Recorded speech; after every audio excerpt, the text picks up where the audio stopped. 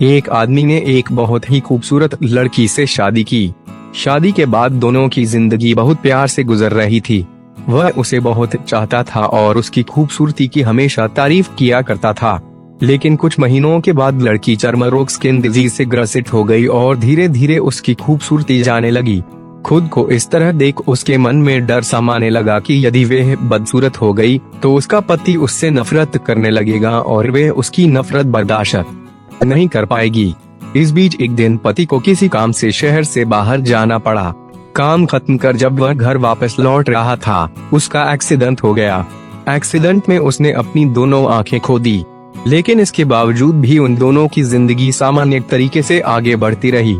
समय गुजरता रहा और अपने चर्म रोग के कारण लड़की ने अपनी खूबसूरती पूरी तरह गंवा दी।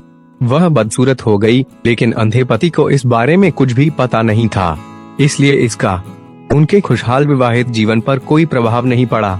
वह उसे उसी तरह प्यार करता रहा। एक दिन उस लड़की की मौत हो गई। पति अब अकेला हो गया था। वह बहुत दुखी था। वह उस शहर को छोड़कर जाना चाहता था।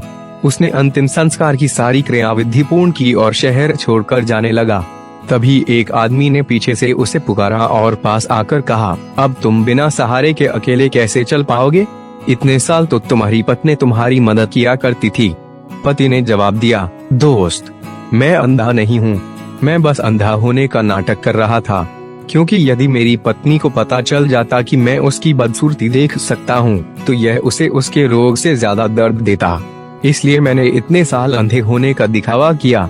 वह बहुत अच्छी पत्नी थी, मैं बस उसे खुश रखना चाहता था। सीख, खुश रहने के लिए हमें भी एक दूसरे की कमियों के प्रति आंखें बंद कर लेनी चाहिए और उन कमियों को नजरअंदाज कर देना चाहिए।